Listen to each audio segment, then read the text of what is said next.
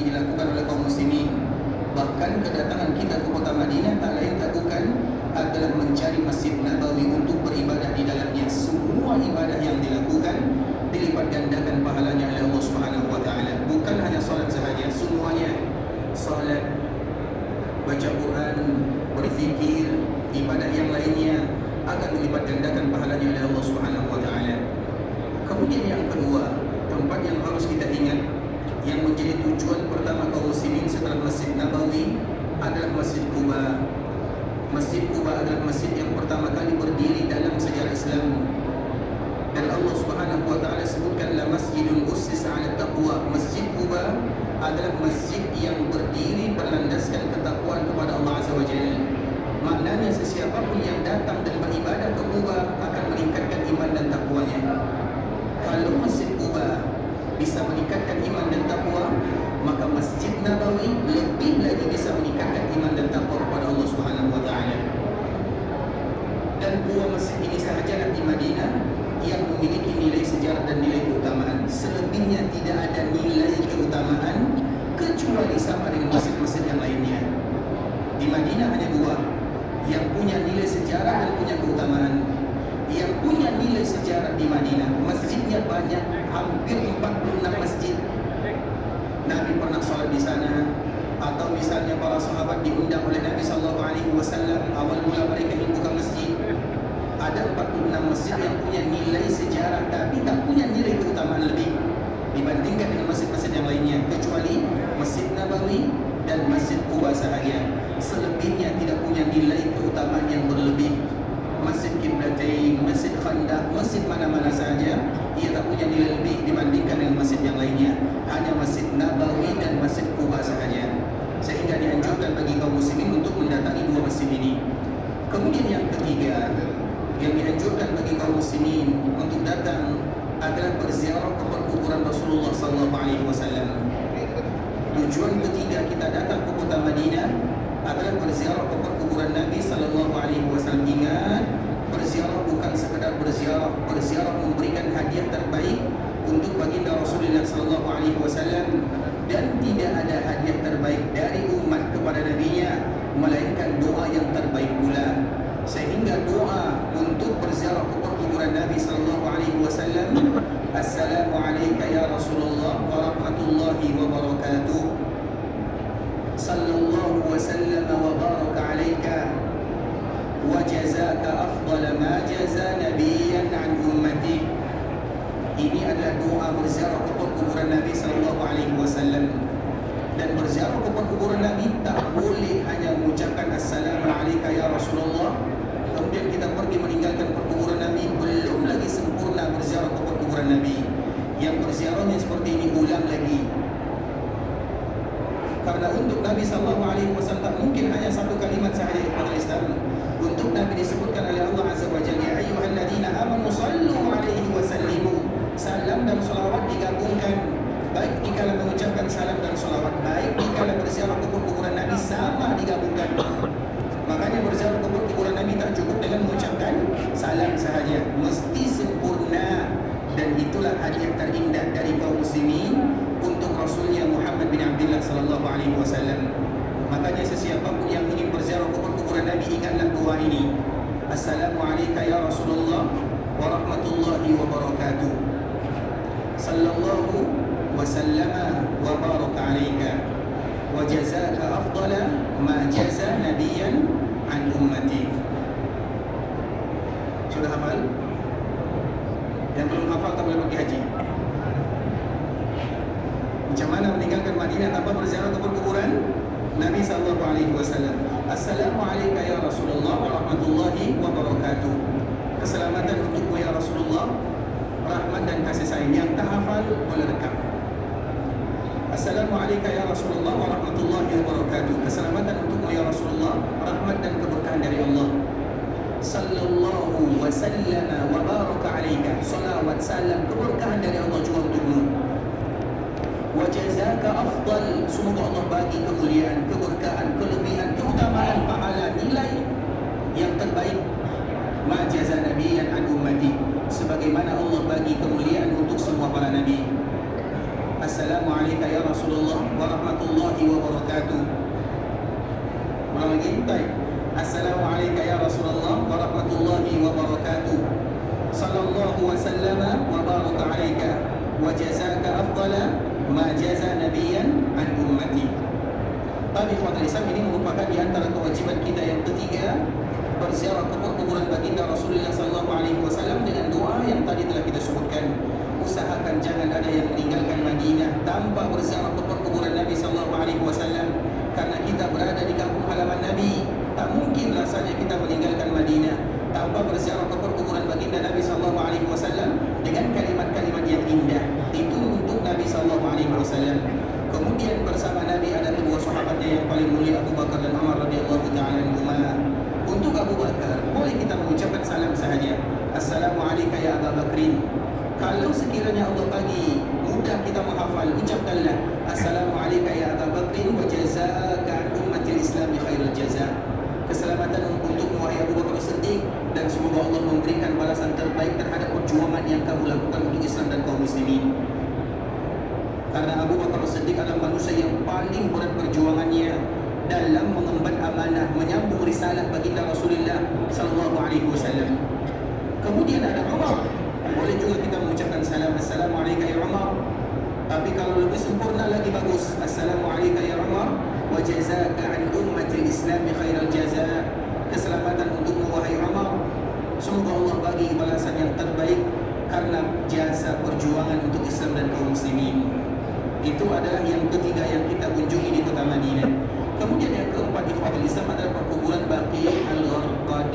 Usahakan kaum muslimin walau satu kali mereka memasuki perkuburan terbaik tersebut, kemudian mereka mengucapkan doa, karena di sana ada putra putri Nabi sallallahu alaihi wasallam, ada keluarga Nabi, ada sahabat Nabi, ada para ulama, dan ada orang-orang yang terbaik atau mereka-mereka yang pasti mendapatkan syafaat di sisi Allah Subhanahu wa taala.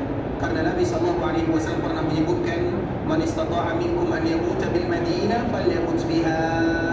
Sesiapa di antara kalian yang sanggup wafat di Madinah, maka wafatlah. Karena siapapun yang wafat di Madinah, baik itu orang baik atau kurang baik, maka ia akan mendapatkan syafaat dari Nabi sallallahu alaihi wasallam. Dan mereka yang wafat di Madinah dikuburkan di Baqi', sehingga mereka itu adalah orang-orang yang dijamin mendapatkan syafaat dari Nabi sallallahu alaihi wasallam. Maka kita dianjurkan untuk berziarah.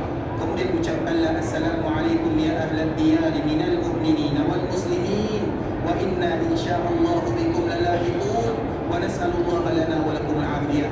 Doa yang Nabi ajarkan kepada ibunda Aisyah radhiyallahu ta'ala anha ketika berziarah ke kuburan Baqi' al-Gharqad. Kemudian yang kelima, ikhwatul Islam, ada berziarah ke kuburan syuhada Uhud. Kita ingin selalu ingatkan kepada kaum muslimin, sesampainya kita ke Uhud, yang kita cari itu bukan Jabal Rumah, bukan Bukit Uhud, apalagi jalan-jalan di atas, bukan itu yang pertama kali. Tapi yang pertama kali syuhada, 70 orang sahabat yang mereka menjadi syuhada terbaik di dunia. Nabi SAW dikala menguburkan mereka semua, Nabi SAW sebutkan, ana syahidun ala haula'i yaumil qiyamah. Aku yang bersaksi kepada Allah untuk semua mereka di hari kiamat. Sehingga mereka ini adalah syuhada yang terbaik. Makanya dianjurkan bagi kaum muslimin untuk berziarah bukan ke Bukit Uhud, bukan ke Jabal Rumah. Iya, tak salah. Kita mendengarkan sejarah, cerita, kisah bagaimana perjuangan Nabi, tapi yang paling penting adalah syuhadanya. Yang paling penting itu adalah syuhadanya.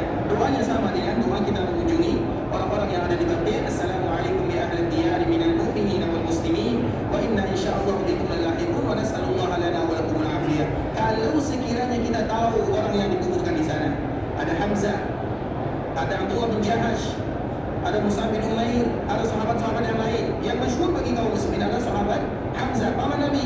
Kalau kita tahu, boleh kita ucapkan namanya, Assalamualaikum ya Hamzah.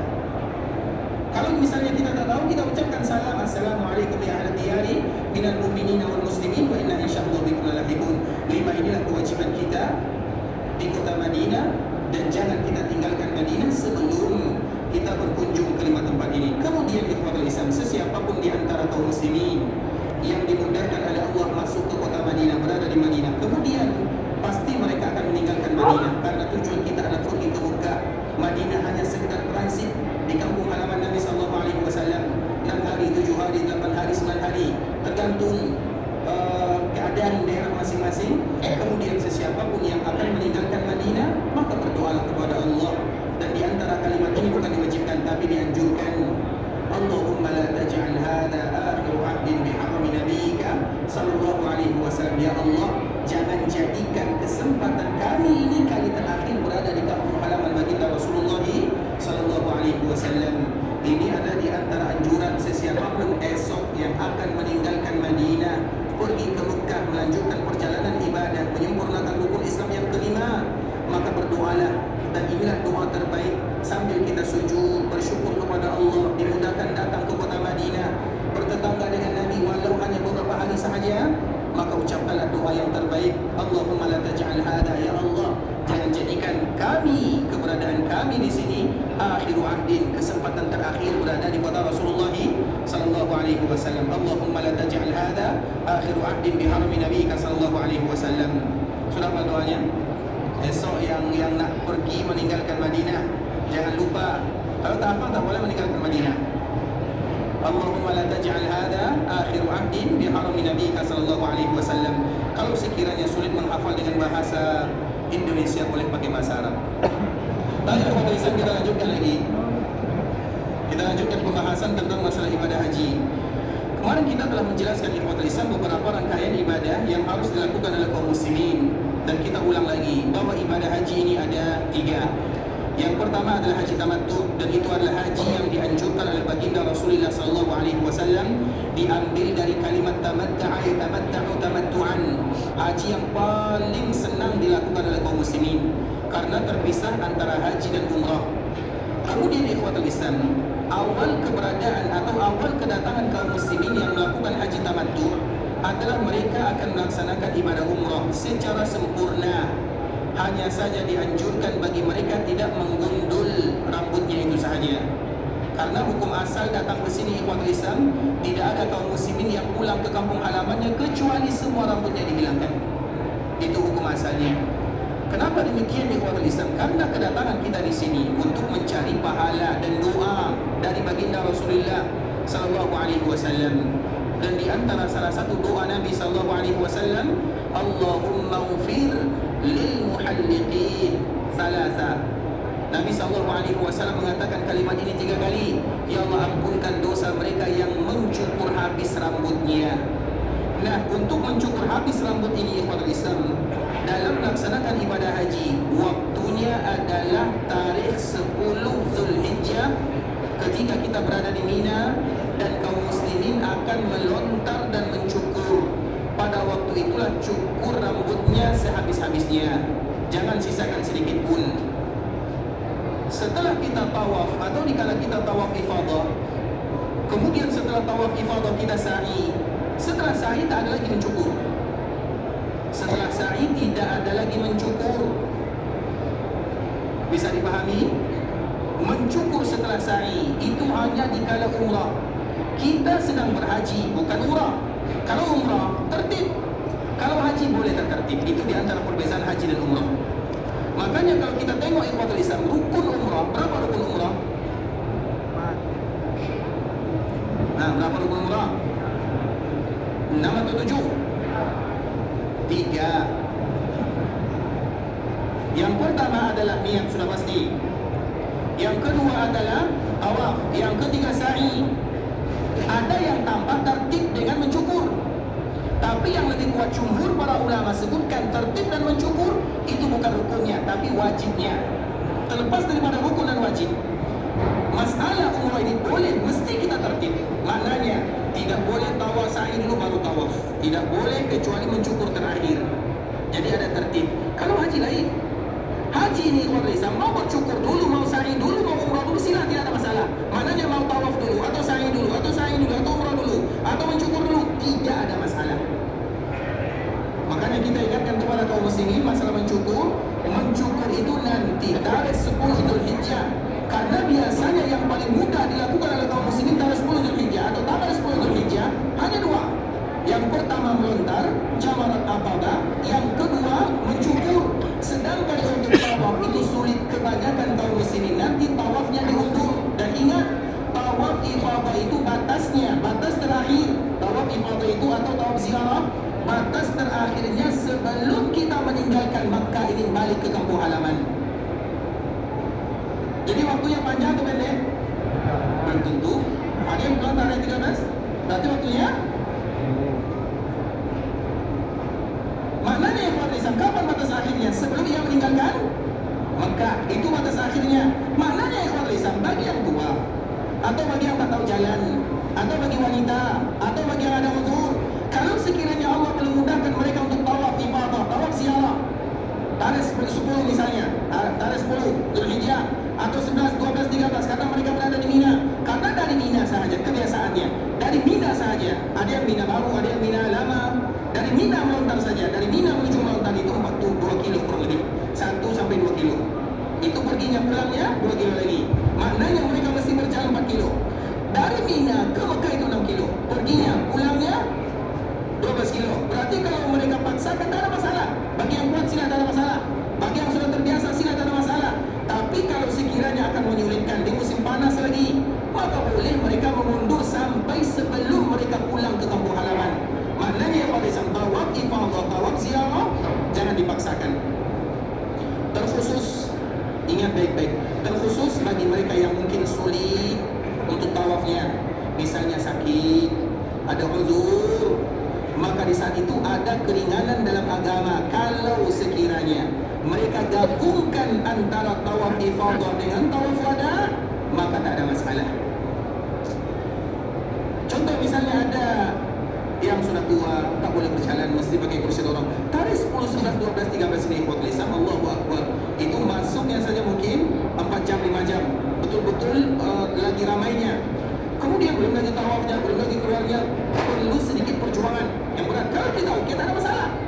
Tapi tak semua kaum muslimin bisa melakukan yang demikian, tergantung situasi dan kondisi. Kalau ada yang sulit, maka mereka dibagi keringanan untuk menggabungkan antara tawaf ifadah dengan tawaf wada. Tapi ingat, dilakukan terakhir sehingga nanti mereka tawaf hanya 1 kali sahaja.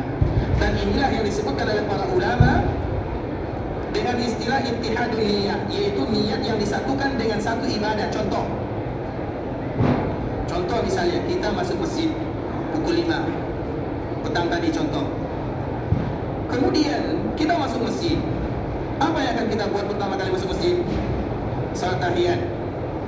Kemudian dikala kita masuk masjid, kita tadi sudah berwudu, baru saja berwudu, berarti ada salat wudu. Kemudian masuk ke masjid, kita mungkin merasa banyak salah, banyak dosa. Kita ingin minta ampun kepada Allah Subhanahu wa taala. Ada 3 niatnya. Niat salat sunat wudu, niat salat tahiyat, dan kebetulan contoh lagi, tambah lagi misalnya setelah azan tambah lagi niat salat setelah azan misalnya. Berarti 3 atau 4 niatnya. Mereka di dalam satu ibadah ada 4 niat. Itulah yang disebutkan oleh para ulama ittihadun niyah. Dan itu mesti diingat oleh kaum muslimin. Kita contohkan lagi, sekarang kita masuk ke dalam Masjid Nabawi. Tujuan kita semua masuk di dalam Masjid Nabawi ini sekarang, yang pertama untuk melakukan ibadah salat maghrib. Kemudian dari maghrib kita menunggu isya, betul kan? Kita menunggu isya dan menunggu antara satu salat kepada salat berikutnya, maka ia sama dihitung seperti orang yang salat. Maknanya kita sekarang ini salat. Karena kita menunggu antara satu salat kepada salat berikutnya. Ada sebagian kaum muslim, mereka sudah berada di Masjid Nabawi selepas asar. Jadi dari asar, maghrib, isya, berarti dari masa ini mereka semua terhitung sebagai orang yang sedang salat niatnya. Kemudian di dalam Masjid Nabawi ada yang baca Quran, maka dia yang baca Quran. Di dalam Masjid Nabawi ada yang duduk dari maghrib sampai isya, niatnya i'tikaf. Jadi semua niat ini satu ibadah. Kita duduk, tapi niat kita ada yang i'tikaf, ada yang menunggu salat, ada yang mendengarkan pengajian. Kita masukkan semua niat, maka kita akan dapat pahala semua niat yang kita buat. Makanya jangan bakhil berniat. Sehingga para ulama sebutkan rubba amalin saghirin tukabbirun niyah. Betapa banyak amalan yang kecil. Amalan kita hanya duduk di Masjid Nabawi, duduk tunggu salat, tapi niat kita dengarkan ayat-ayat Allah, hadis-hadis Nabi, sama dengan berjihad. Kita duduk di Masjid Nabawi sambil tunggu salat, malaikat doakan. Kita duduk di Masjid Nabawi niatnya i'tikaf, karena setiap kali kita masuk Masjid Nabawi niatkan untuk i'tikaf, maknanya berdiam diri di rumah Allah Subhanahu wa taala. Belum lagi kita niatnya melakukan ibadah-ibadah yang lain. Coba bayangkan berapa banyak pahala yang kita dapatkan dalam satu ibadah. Itu disebut dengan mempersatukan niat dalam satu ibadah. Dan itu yang harus dilakukan oleh kaum muslimin. Salah satunya diambil dari kisah tawaf ifadah dan tawaf wada'. Makanya tawaf ifadah ini ifadah Islam bagi mereka yang bisa, misalnya tarikh 10, 11, 12, 13, tak ada masalah. Tapi kalau tidak bisa boleh diundur sampai bila akhirnya, sampai sebelum mereka pulang. Kalau sekiranya sebelum mereka pulang mereka gabungkan sekali dengan tawaf wada', maka juga tak ada masalah. Terkhusus masalah ini bermanfaat kepada juga wanita-wanita yang berhalangan. Contoh misalnya di dalam melaksanakan ibadah haji, ia tak boleh melaksanakan tawaf. Ia undur sampai nak balik baru ia bisa bersuci. Maka gabungkan sekali antara tawaf ifadah dan tawaf wada'. Tapi ingat ikhwatul Islam, setelah ia tawaf ifadah, niatnya wada' sekali, dia tetap sa'i. Ia tetap sa'i bagi kita yang berhaji tamattu'. Karena tujuan daripada tawaf wada' itu adalah ibadah terakhir yang kita lakukan adalah di Ka'bah Musyarrafah. Paham sampai di sini ikhwatul Islam? Maknanya setelah kita tawaf ini tidak ada mencukur. Jadi mencukur itu atau tahallul itu bukan mencukur. Mencukur itu di dalam keadaan, di dalam bahasa haji dan umrahnya disebut dengan halak atau taksir. Halak itu artinya mencukur, dan waktunya adalah tarikh 10. Jangan ada yang tidak mencukur habis. Jangan diundur. Nanti saya tawaf ifadah, kemudian setelah ifadah saya sa'i, setelah itu saya bercukur. Tidak ada bercukur setelah sa'i ini, tidak ada lagi. Paham ya? Makanya kenapa kita mengatakan setelah saya ada bercukur? Yang mengatakan ada bercukur setelah sa'i itu karena salah pengertian. Karena yang ia pahami masalah bercukur itu adalah tahallul, padahal dia sudah tahallul. Oleh karena itu ikhwatul Islam, maka bercukur itu yang terbaik adalah tarikh 10 Zulhijjah, cukur habis semuanya. Ingat ya, cukur habis semuanya. Jangan ada yang tidak mencukur habis rambutnya. Memang tak sedikit sulit. Maka kita selalu ingatkan kepada kaum muslimin, boleh kita bawa pisau cukur ataupun yang semisalnya. Karena kerja kita tarikh 10 ini hanya nanti melontar dan mencukur saja. Maknanya sampai setibanya kita di Mina, kita tak ada kegiatan yang lain. Jadi seperti yang kemarin kita sebutkan, jangan terburu-buru dalam melaksanakan ibadah haji ini. Lebih baik terlambat daripada itu ingat keedahnya. Lebih baik terlambat daripada tercepat. Jangan tengok kawan sudah tahallul, kita pun tahallul. Tidak itu ukurannya, tapi siapa yang paling terbaik ibadahnya. Kita selalu ingatkan kepada kaum muslimin, kita akan jumpa dalam masalah ibadah ini banyak perbezaan para ulama. Tapi ingat, carilah yang terbaik agar mendapatkan haji yang terbaik. Karena ibadah haji tak mungkin terjadi perbezaan para ulama sebelum mereka sepakat dulu. Tak mungkin langsung tiba-tiba para ulama mereka berbeza. Ini perbezaan satu, pendapat ini, pendapat itu. Sepakat dulu, karena Nabi hanya haji satu kali saja. Sehingga dengan Nabi haji satu kali, perbezaan semakin tipis. Tapi ikhwatul Islam, sehingga nanti ketika kita melaksanakan ibadah umrah, jadi kita umrah dulu untuk orang yang haji tamattu'. Kemudian mereka sampai ke Mekah. Ketika mereka sampai di Mekah dalam menggunakan pakaian ihram, dan kita selalu ingatkan ya, kita ulang lagi sedikit. Dikala kita melaksanakan ibadah umrah esok yang nak pergi umrah atau lusa atau berikutnya, maka mereka akan melewati miqat. Di miqat boleh turun, boleh tak turun. Di miqat boleh turun, boleh tak turun. Karena turun di miqat bukan rukun, bukan wajib, bukan pula sunnah. Paham sampai di sini? Yang wajib itu niatnya, yang rukun itu niatnya, yang wajib itu memakai pakaian ihramnya. Turunnya yang bisa turun sila, yang tak turun juga tak ada masalah. Paham sampai di sini? Itu ada di miqat. Kemudian di miqat itu ikhwatul Islam, yang pertama kita ucapkan, yang dengarkan baik-baik. Yang pertama, labbaik Allahumma umrah bagi yang haji tamattu'. Bagi yang haji qiran, labbaik Allahumma umratan wa hajja. Bagi mereka yang ifrad, labbaik Allahumma hajja. Tapi kita rata-rata adalah haji tamattu', labbaik Allahumma umratan sahaja. Bagi kita yang sudah pernah umrah, dan kalau ia ingin umrahkan orang tuanya juga tak ada masalah. Maknanya nanti niatnya di miqat bukan untuk dirinya, tapi untuk ayahnya atau ibunya juga tak ada masalah. Bagi yang pernah melaksanakan ibadah umrah. Bagi yang belum lagi melaksanakan ibadah umrah, maka mesti berumrah untuk dirinya.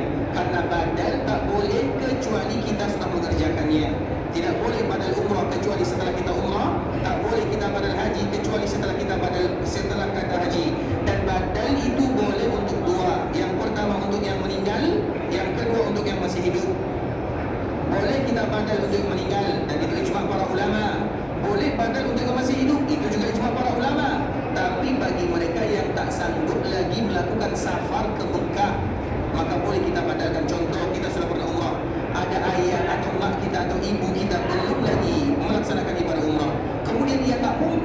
berangkat melaksanakan ibadah umrah sudah tua, sakit, maka boleh kita badalkan. Jadi badal boleh untuk yang masih hidup, tapi dengan syarat kemungkinan besar tak sanggup lagi berangkat, tak sanggup lagi naik kapal terbang atau melakukan perjalanan jauh. Kemudian dikala kita di miqat, yang pertama labbaik Allahumma umrah. Yang kedua, perhatikan baik-baik. Yang kedua, ucapan yang harus diingat oleh kaum muslimin, Allahumma hajja la riya'a fiha wa la sum'ah. Allahumma hajja la riya'a fiha wa la sum'ah. Ya Allah, kami melakukan haji ini, umrah ini, tidak ada riya dan tidak ada sum'ah. Ingat itu baik-baik. Ini doa yang dibaca oleh Nabi SAW dikala Nabi melaksanakan haji tahun ke-10 Hijriah. Diriwayatkan oleh sahabat Anas bin Malik radhiyallahu ta'ala anhu. Sudah hafal doanya? Ini nak haji atau nak haji ni? Tak pergi haji semua kan? Allahumma hajja la riya'a fiha wa la sum'ah. Ya Allah, kami berhaji la riya'a, tak ada riya di dalamnya, wa la sum'ah. Itu kalimat kedua. Bila kita baca kalimat ini setelah kita mengucapkan labbaik Allahumma umrah, setelah itu Allahumma hajja la riya'a fiha wa la sum'ah, itu haji yang Nabi buat dan itu doa yang Nabi baca. Kemudian setelah itu ikhwatul Islam, kalau yang ingin baca doa istirahat juga tak ada masalah. Ini yang ketiga. Allahumma in habasani habis famihilli haitsu habastani. Ini dianjurkan, tapi ucapan juga tak ada masalah. Ini untuk jaga-jaga. Kalau sekiranya ada dugaan-dugaan, kemalangan, insiden, Allahu a'lam, kita tak tahu, maka kita tidak kena denda. Maka itu disebut dengan kalimat isytirat, yaitu memberikan syarat kalau sekiranya tak sampai ada halangan, maka kita tidak kena denda. Kalau diucapkan alhamdulillah, kalau tak diucapkan juga tak ada masalah. Allahumma in habasani habis famihilli haitsu habastani. Kemudian ketika kita naik ke atas tempat kendaraan masing-masing dalam bas masing-masing, baru kita mengucapkan kalimat talbiyah, karena kalimat talbiyah diucapkan dikala kita sudah naik ke atas kendaraan. Kemudian kita mengucapkan kalimat talbiyah, dan kita selalu ingatkan akan hadis Nabi SAW. Di antara tanda haji yang terbaik, afdalul haji al-hajju was-sajju. Di antara tanda haji yang terbaik, di antara tanda haji yang terbaik adalah mereka yang paling banyak ucapkan kalimat talbiyah dan mereka yang paling banyak menyembelih di tanah haram Makkah. Orang yang terbaik hajinya, afdalul haji, kata Nabi, afdalul haji, orang yang paling baik hajinya. Maka ingat di kota Islam kita semua di sini nak ingin haji yang terbaik. Maka ingat akan pesan Nabi. Apa yang pertama syaratnya haji yang terbaik? Yang pertama, yang paling banyak mengucapkan kalimat talbiyah. Kalimat talbiyah bagi mereka yang melaksanakan ibadah umrah, mula dari miqat sampai mereka melihat Ka'bah al-Musharrafah. Setelah mereka tawaf, habis kalimat ini diucapkan, tak boleh lagi dibaca. Bagi mereka yang haji, ingat ya, bagi mereka yang haji, nanti kita akan berniat pada tarikh 8 Zulhijjah. Kita akan berniat setelah tarikh 8 Zulhijjah atau tanggal 8 Zulhijjah. Semenjak kita berniat, maka talbiyah yang harus diperbanyak. Sampai bila? Sampai kita tahallul awal. Kemarin kita telah menyebutkan tahallul awal. Apa yang dimaksud dengan tahallul awal? Masih ingat? Apabila mengerjakan dua dari yang Apabila kita mengerjakan dua dari yang tiga, kebanyakan kaum muslimin ar-ramyu wal halaq, yaitu melontar dan mencukur. Apabila mereka selesai melakukan dua ini, maka baru selesai mereka mengucapkan kalimat talbiyah. Jadi itu perbezaan antara umrah dan haji. Orang yang umrah, kalimat talbiyahnya dari miqat sampai melihat Ka'bah al-Musharrafah. Orang yang haji dari ia berniat untuk melaksanakan ibadah haji, labbaik Allahumma hajja, biasanya tarikh 8, tarikh 9 juga tak ada masalah. Boleh tak kita memulai niat tarikh 9? Boleh atau tak boleh? Berarti tarikh 8 kita kemana? Tarikh 8.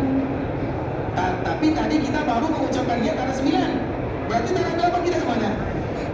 Di hotel. Patut tak kita di hotel? Janganlah di hotel tarikh 9, tarikh 8, tapi tetap kita mulakan tarikh 8. Nah, tarikh 8 ini Ikhwatul Islam, Ketika kita mengucapkan labbaik Allahumma hajja, maka itu adalah awal kita memulakan talbiyah sampai kita selesai tahallul awal. Kemudian tanggal 8 ini disebut dengan hari tarwiyah. Tarwiyah itu maknanya banyak yang lisan. Ada yang menyebutkan maknanya persiapan bawa bekal, minuman diambil dari roa. Ada tarwiyah itu diambil dari roa. Roa itu melihat karena awal diwajibkan ibadah haji. Kapan ibadah haji diwajibkan? Kapan ibadah haji diwajibkan? Kapan ibadah haji diwajibkan? Ada yang tahu? Semenjak Ka'bah ada di dunia, ya kan? Bukankah Ka'bah tujuannya untuk beribadah kepada Allah? Bila Ka'bah ada di dunia, siapa yang bangun Ka'bah?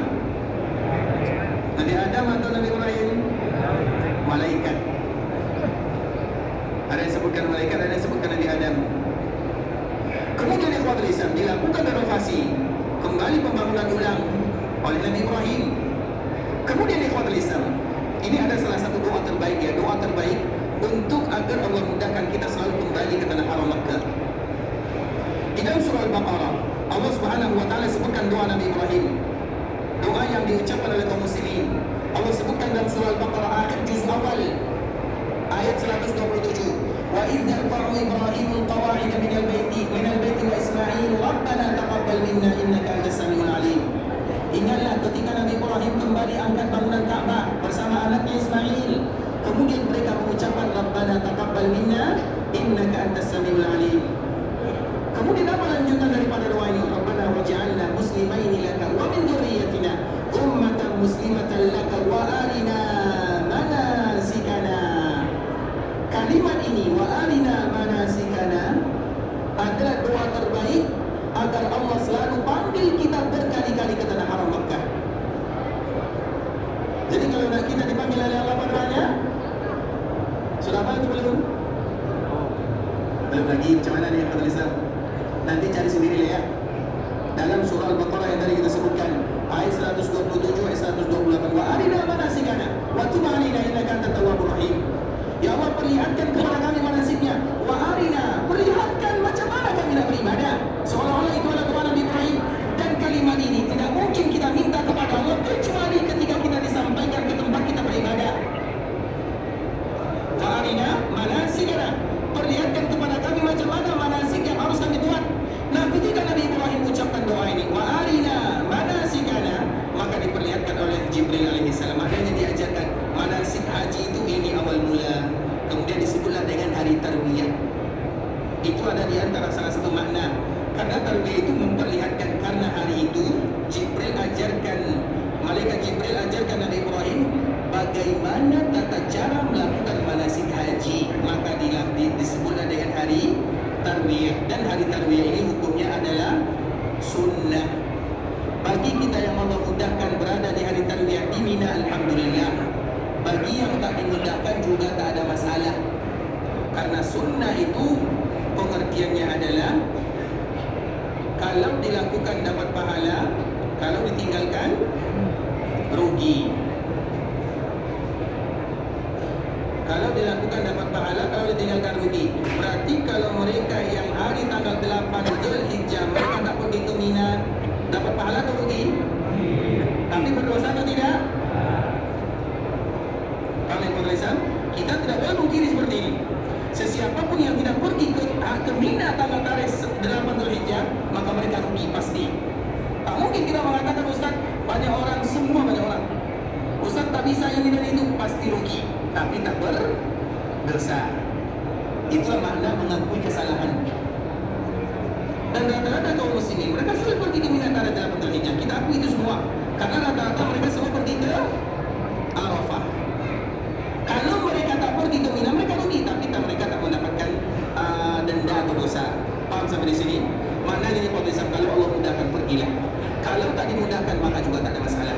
Walaupun dia rugi. Berarti tarwiyah, paham mana tarwiyah di sini? Apa hukum pergi ke tarwiyah hari Mina? Sunnah. Tapi kalau tak pergi, rugi. Kemudian ikhwatul Islam, itu makna daripada kalimat tarwiyah. al-Musyarrafah. Ka'bah al-Musyarrafah seperti yang tadi kita sebutkan, diwajibkan ibadah haji semenjak Ka'bah itu ada secara khusus di zaman Nabi Ibrahim alaihissalam. Kemudian untuk kaum muslimin baru diwajibkan haji pada tahun ke-9 Hijriah. Untuk kaum muslimin, kita kaum muslimin bila diwajibkan ibadah haji tahun 9 Hijriah, maknanya 2 tahun sebelum Nabi wafat dan dipanggil oleh Allah Subhanahu wa taala. Karena Nabi pada tahun ini tak melaksanakan ibadah haji, tahun berikutnya baru Nabi melaksanakan ibadah haji, dan ternyata itu adalah haji pertama dan haji terakhir baginda Rasulullah sallallahu alaihi wasallam. Tariqatul Islam. Jadi kita ulang lagi. Hadis Nabi sallallahu alaihi wasallam, afdalul haji al-hajj was-sajju. Haji yang terbaik adalah mereka yang paling banyak mengucapkan kalimat talbiyah. Untuk jemaah umrah dari miqat sampai melihat Ka'bah. Untuk jemaah haji dari tarikh 8 kalau mereka berniat tarikh 8. Kalau ada yang berniat tarikh 9 juga tak ada masalah. Kalau ada yang berniat tarikh 9 berarti dari tarikh 9 sampai mereka tahallul awal. Itu adalah batasan mengucapkan kalimat talbiyah, dan perbanyaklah kalimat talbiyah. Ketika Allah mudahkan kita perbanyak mengucapkan kalimat talbiyah, berarti Allah ingin memberikan kepada kita haji yang terbaik. Maka nanti handphone kita itu ikhwan Islam, layar depan tulis kalimat ini, afdalul haji al-hajj was-sajju. Haji yang terbaik adalah mereka yang banyak mengucapkan kalimat talbiyah dan yang banyak menyembelih. Maknanya ikhwan Islam, kalau kita nampak hadis ini, kita nak buka handphone, dan handphone selalu kita buka, maka kita akan bertalbiyah lagi. Karena kita kan pelupa. Kita ini pelupa atau suka boring, penat, baru setengah jam mengucapkan kalimat talbiyah mengantuk. Naik bas sampai ke Mekah 8 jam, 7 jam tidur. Itu fakta, tak boleh kita pungkiri ikhwan Islam. Makanya kita ingatkan, siapa yang ingatkan diri kita kalau bukan kita?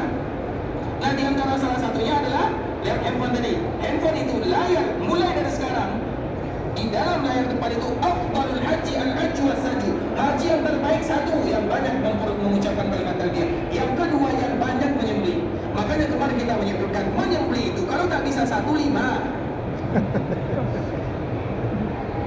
Jangan dibalik. Karena kita ingin mendapatkan haji yang terbaik. Kesalahan kita itu terlalu banyak dalam melakukan ibadah haji. Sedang salat. Dikala kita assalamualaikum, apa yang kita ucapkan? Istighfar. Karena kita salah dalam salat, makanya kita beristighfar kepada Allah. Kita salah dalam puasa, kita salah dalam zakat, kita salah dalam ibadah, kita juga salah dalam haji dan umrah. Untuk menutupi kesalahan, maka memperbanyak menyembelih. Makanya bagi mereka yang ada rezeki, yang ada rezeki lebih, perbanyaklah menyembelih. Kalau tak bisa 5, 10. Semakin banyak semakin bagus. Nabi SAW pernah di Mekah menyembelih 100 ekor unta. 63 disembelih oleh Nabi, sisanya disembelih oleh Ali bin Abi Thalib radhiyallahu taala anhu. 100 ekor unta di nahar. Nahar itu ditusuk dari bawah. Fasalli rabbika wanhar. Karena nahar itu bukan menyembelih. Nahar itu bahasa yang khusus untuk unta, nahar dari bawah. Terlepas daripada itu semua, ikhwan Islam, perbanyaklah menyembelih. Jangan bakhil. Yang nak berkorban khusus untuk tahun ini, jangan berkorban di kampung halamannya, tapi berkorbanlah di tanah haram. Kalau sudah terlanjur bayar korban di kampung halaman, bayar lagi di sini sekali. Karena masa kita melaksanakan ibadah haji, kata ada ke jemaah haji mereka berkorban kan? Korban itu tiap tahun. Bagi mereka yang punya rezeki lebih, maka mereka akan berkorban tiap tahun. Bagi mereka yang dimudahkan melaksanakan ibadah haji, korban terbaik itu di Mekah, di tanah haram Mekah. Kalau di kampung halaman, tiap tahun insya Allah kita akan berkorban. Tapi dikala Allah panggil pada tahun ini, berkorbanlah di sini. Kalau kita berkorban di sini, tambah lagi dam, tambah lagi yang lain, sudah 3, minimal 3 lah. Itu sudah banyak diskonnya. Tadi kalau saya paham, afdalul haji al-hajj was-sajju. Haji yang terbaik itu adalah mereka yang banyak talbiyah dan banyak menyembelih. Paham? Itu hadis Nabi sallallahu alaihi wasallam. Afdal, mereka yang terbaik hajinya, dan kita semua ingin menjadi haji yang terbaik. Kemudian yang kepada Islam, tadi kita menyebutkan sampai di Mekah, maka kita selesai mengucapkan kalimat talbiyah. Kemudian setelah itu kita akan tawaf. Dan kemarin kita telah menyinggung sedikit tawaf. Tawaf diawali dengan mencium Hajar Aswad kalau boleh. Kalau tak boleh, kita mencium sesuatu yang bersentuhan dengan Hajar Aswad. Kalau tak boleh, memberikan isyarat Bismillah ya Allahu Akbar tanpa dicium. Makanya sebagian para ulama atau khusus ulama Syafi'iyah, ulama kita mengatakan tarkuhu aula, meninggalkannya lebih bagus, kecuali kalau tangan kita ini bersentuhan dengan Hajar Aswad, maka ciumlah. Paham sampai di sini? Baik, ikhwatul Islam. Kemudian setelah itu kita akan tawaf. Kemudian kita juga ingatkan kembali kepada kaum muslimin, di antara sunnah tawaf itu yang pertama adalah ar-ramlu wal ittiba'. Yang pertama ramal, yaitu berlari-lari kecil kalau boleh. Kalau tak boleh juga tak ada masalah. Dan itu dilakukan hanya di antara Hajar Aswad sampai Rukun Yamani. Antara Rukun Yamani dan Hajar Aswad tidak ada lagi yang namanya ramal atau berlari kecil, itu jalan biasa. Kemudian juga di antara sunnah tawaf adalah membuka lengan yang bagian kanan. Dan kita juga ingatkan kepada kaum muslimin, memakai pakaian ihram tidak boleh dibuka lengan yang mana sahaja. Selama kita memakai pakaian ihram, jangan dibuka pundak kita ini, terkhusus yang bagian kanan, kecuali ketika tawaf sahaja. Paham ya? Membuka lengan yang bagian kanan dalam bahasa Nabi adalah al-ittiba'. Al-ittiba' itu maknanya membuka lengan yang bagian kanan. Bila Nabi perintahkan kaum muslimin untuk melakukan yang demikian, di kala mereka tawaf sahaja. Maknanya selepas tawaf, sebelum tawaf mereka tutup. Setelah tawaf mereka akan salat. Maka di kala mereka salat tutup lagi. Di kala sa'i juga demikian, tutup lagi. Jangan ada yang membukanya. Karena sunnah itu hanya dilakukan di kala kita tawaf sahaja. Jelas ya? Kemudian setelah itu ikhwatul Islam, kita akan melakukan salat sunnah 2 rakaat di belakang makam Ibrahim. Kalau musim haji ini janganlah di belakang makam Ibrahim, pergi jauh-jauh selama di Masjidil Haram. Kenapa demikian? Karena kalau kita betul-betul mencari di belakang makam Ibrahim, tentu rasanya sulit. Nanti kita sujud, banyak kaki yang transit di kepala. Mana ya ikhwatul Islam? Kan tak khusyuk nanti kita salat. Kalau demikian keadaannya, lebih bagus kita mementingkan zat ibadah daripada tempat ibadah. Ini kaedah yang disebutkan oleh para fuqaha. Kita contoh. Perhatikan baik-baik. Kalau tak memperhatikan, nanti tak masuk. Contoh ikhwatul Islam, terutama di kala nanti kita di Mekah, di Madinah. Kita tengok di Madinah, cari tempat sholat saja sudah mulai susah, padat. Kalau di Madinah padat, apalagi di Mekah. Dan terkadang ikhwatul Islam, terkadang sebagian kaum muslimin untuk rukuk pun susah. Karena saf yang tadinya saf dibagi dua. Karena kadang-kadang yang terlambat mereka jadikan saf di depan kita. Jadi kadang-kadang sholat itu sulit untuk rukuk, sulit kadang-kadang kita rukuk di belakang punggung kawan. Kadang sujud tak boleh, karena tak ada tempat lagi. Dan itu yang akan dilakukan atau yang akan dirasakan oleh sebagian kaum muslimin. Di Madinah saja sudah mulai ramai sulit untuk menjaga saf, apalagi di Mekah. Nah contoh, sekarang kita salat bersama kaum muslimin di Mekah. Kemudian saf kita tidak ada caranya, pendek sangat di foto Islam. Kemudian ketika sujud kita tak boleh sujud. Kalau kita sujud tak boleh, ada tempat. Maka kita dihadapkan dengan dua.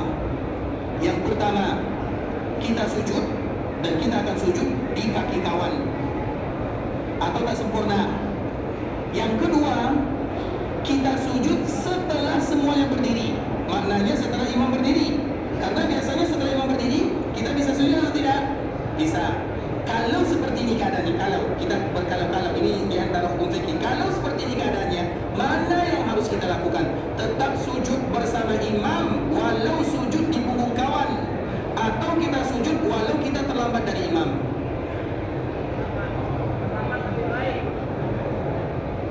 Apa jawabannya? Ada jawaban yang lain? Jawaban lain itu ikhwatul Islam, cari tempat yang orang tak ramai, cepat datang ke Masjidil Haram. Kan itu jawaban yang lain, ya kan? Baik, kalau sekiranya itu yang kita dapatkan, maka sempurnakanlah zat ibadah. Apa zat ibadah? Sujudnya. Sedangkan mengikuti imam itu zat ibadah atau luar ibadah? Dalam ibadah atau zat ibadah atau luar ibadah? Mengikuti imam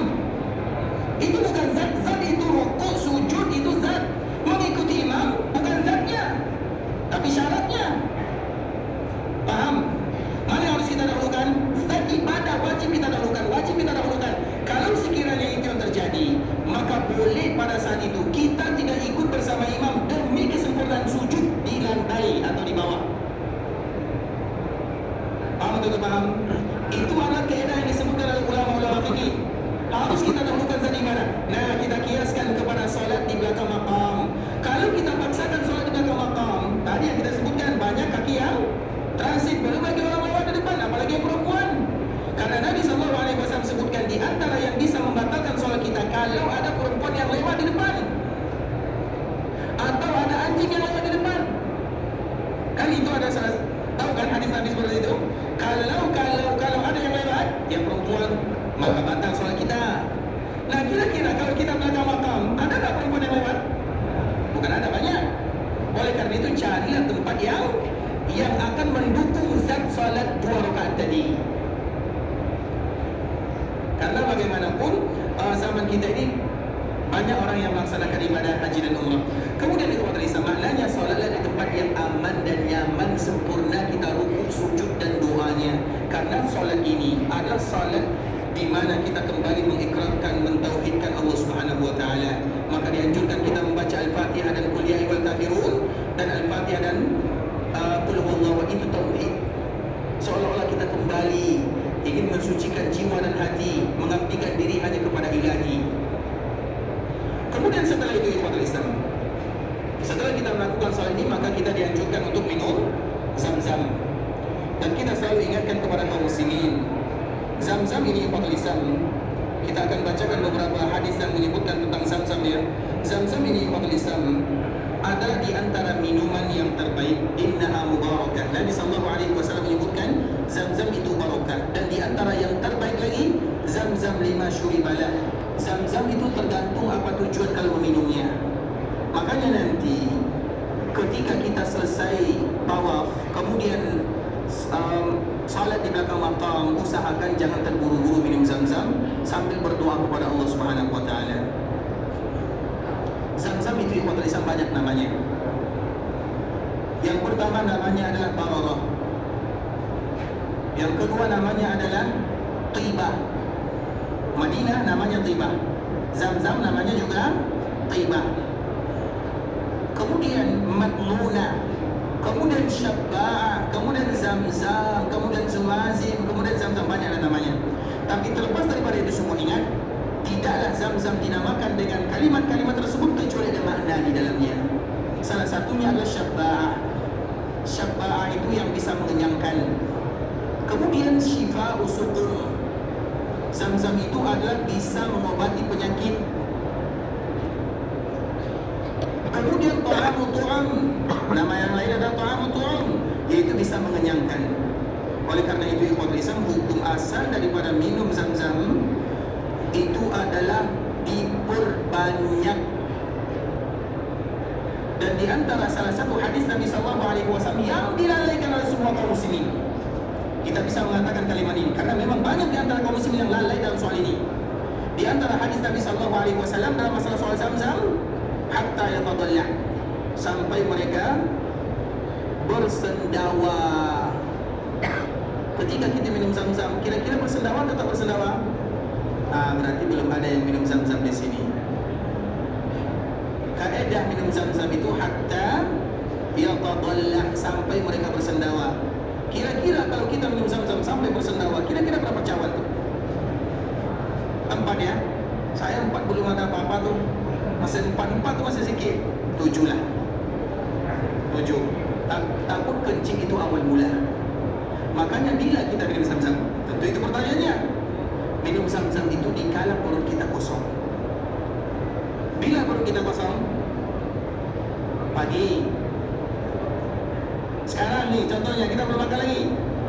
Kita ada yang dari Isya, ada yang sebelum maghrib, lama perut kita kosong, minum Zam-Zam. Makanya berlomba-lomba minum Zam-Zam itu di sini. Di kampung halaman itu jatuh orang kampung.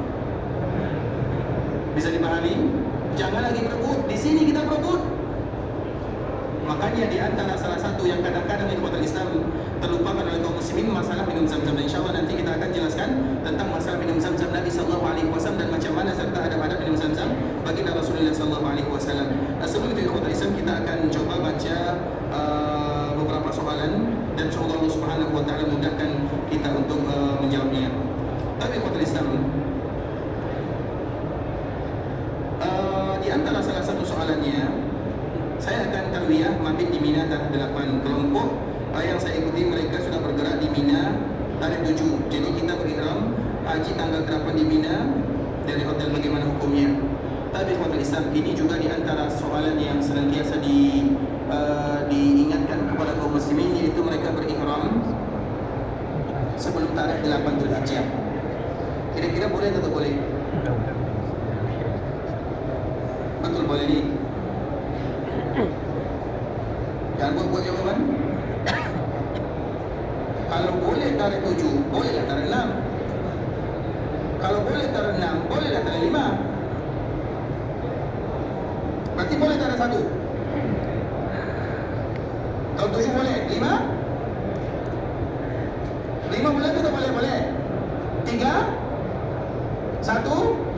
Siap bertanggung jawab di hadapan Allah? Apa? Kalau kita nak awal lagi ihram, tak usahlah kita haji tamattu, haji qiran saja. Faham atau tak faham? Karena kalau kita bolehkan tarikh 7, kalau kita bolehkan tarikh 7, berarti boleh tarikh sebelumnya, tarikh 6, tarikh 5, tarikh 4. Apa bezanya tarikh 7 dengan 3? Apa bezanya? Makanya itulah gunanya ikhwatul Islam, itulah dikembalikan kepada niat kita. Niat kita adalah haji tamattu. Kalau kita haji qiran, maka memang dari awal keberangkatan kita sudah berniat tak lepaskan pakaian, dan kita selalu berada di dalam pakaian ihram. Maka itulah gunanya yang Nabi sebutkan bagi mereka yang berihram, berniat untuk melakukan haji tamattu, maka niatnya ada tarikh 8. Ingat itu baik-baik, tarikh 8 Zulhijjah. Kemudian ikhwatul Islam, apa ada syariat untuk tarikh 8 Zulhijjah kita melakukan tarwiyah? Tadi kita sudah jelaskan. Hukumnya adalah Nabi yang buat demikian. Karena di zaman Nabi ini ikhwatul Islam, ada yang haji sama dengan Nabi, ada yang hajinya haji tamattu. Perbezaannya apa? Perbezaan antara yang tamattu dengan haji bersama Nabi. Jadi kenapa Nabi melakukan haji qiran? Salah satu alasannya karena Nabi membawa hadiah. Hadiah itu dam. Jadi Nabi bawa dam dari Madinah sampai ke Mekah. Dan dam itu, ini dia ingat. Dan dam itu Nabi tak boleh sembelih dam kecuali tarikh 10. Ketika Nabi bawa dam dari Madinah dan dam ini tak boleh disembelih kecuali tarikh 10, maka mau tak mau Nabi mesti melakukan haji qiran. Bagi yang tak bawa dam, maka tak ada masalah. Maka niat mereka adalah tamattu. Jadi para sahabat juga ada tamattu. Paham sampai di sini? Kita ulang lagi. Kenapa Nabi melakukan haji qiran dan Nabi anjurkan umatnya haji tamattu? Jadi mana yang terbaik, qiran atau tamattu? Nabi buat qiran. Karena Nabi bawa domba, bawa hadiah. Nabi bawa hadiah. Hadiah itu maknanya hadiah. Jadi namanya bisa jadi hadiah, bisa jadi dam. Dam itu artinya darah. Makanya untuk kita namanya dam syukran, yaitu darah yang ditumpahkan karena bersyukur kepada Allah, atau disebut dengan hadiah. Al-hadiah itu maknanya bersyukur juga, hadiah. Hadiah kepada Allah Azza wa Jalla terhadap kemudahan yang Allah bagi melaksanakan ibadah haji. Nabi SAW, karena ia bawa haji dari Madinah sampai ke Mekah, haji tak boleh disembelih kecuali tarikh 10. Kemarin kita sudah bahas masalah ini ya. Dam itu bila disembelih 10, 11, 12, 13. Sebelumnya boleh atau boleh? Boleh atau boleh? Kalau kita yang sembelih, sila. Tapi kalau orang lain yang sembelih, suruh mereka sembelih tarikh 10. Ada nanti yang datang ke Mekah untuk sembelih dam? Ada? Tidak ada kan? Semua disuruh orang lain kan? Suruh tarikh 10. Saya nak kamu sembelih dam tarikh 10, 11, 12, 13. Karena itulah kenapa baginda Nabi SAW melakukan haji qiran, karena dam atau hadiah Nabi bawa tak boleh ditumpahkan darahnya kecuali tarikh 10. Kita tak mengatakan salah ya, kemarin kita sudah bahas masalah ini. Yang mungkin terakhir sulit untuk memahami sedikit masalah menyembelih, tapi usahakan menyembelih tarikh 10, 11 atau 10 sampai 13. Karena bukan kita yang sembelih, kita sudah bayar orang lain untuk menyembelih. Berarti yang bayar itu rajanya atau pembantunya? Rajanya. Berarti rajanya boleh minta atau tidak? Kan kita yang bayar. sembelih tarikh 10. Misalnya ada, ini mohon maaf ya kalau ada ustaz pembimbing ibadah marah sama saya, mohon maaf ya. Misalnya kita bayar kepada ustaz pembimbing ibadah, ustaz saya bayar tapi dengan syarat tarikh 10. Kan bukan kita yang sembelih, kita hanya minta supaya mendapatkan yang terbaik. Nabi tidak menyembelih kecuali tarikh 10. Itulah pasalnya kenapa Nabi melakukan haji qiran, padahal haji tamattu yang terbaik. Karena Nabi perintah dan umat melakukan yang demikian. Sampai di sini sampai. Kemudian bagi sahabat yang melakukan haji tamattu, mereka baru mulakan lagi niat pada tarikh 8 Dzulhijjah. Maka itulah 8 Dzulhijjah itu disebut dengan hari tarwiyah. Dan tarwiyah tadi telah kita sebutkan, itu adalah di antara perkara yang dianjurkan karena nanti kita salat 5 waktu di sana. Zuhur, asar, maghrib, isya, subuh. Selepas subuh semua akan bertolak menuju Arafah. Jadi Mekah itu sebenarnya ikhwan Islam dia lurus sahaja. Mekah, Mina, yang berdekat dengan Mekah itu Mina. Setelah Mina Muzdalifah, setelah Muzdalifah adalah Arafah. Jadi yang tanah haram itu Mekah, Mina, Muzdalifah itu tanah haram. Sedangkan Arafah tanah halal. Paham ya? Nah artinya dari Mekah menuju Mina, makanya Muzdalifah hari tarwiyah. Dari hari tarwiyah menuju Arafah, kemudian dari Arafah Muzdalifah, kemudian Mina lagi. Jadi maknanya berputar. Sebenarnya kalau kita tengok cara melaksanakan ibadah haji itu hanya berputar di situ-situ saja. Cuman karena kita tak hafal daerahnya, lokasinya, banyak orang, tentu itu akan membuat kita sulit sedikit untuk melaksanakan ibadah tersebut. Ikhwatul Islam, sampai di sini pembahasan yang bisa kami jelaskan.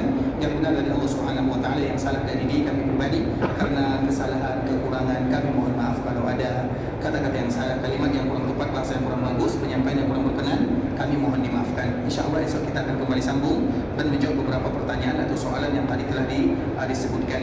Dan bagi kita yang belum paham ikhwatul Islam, jangan ragu-ragu untuk bertanya, karena kita ingin melaksanakan haji terbaik.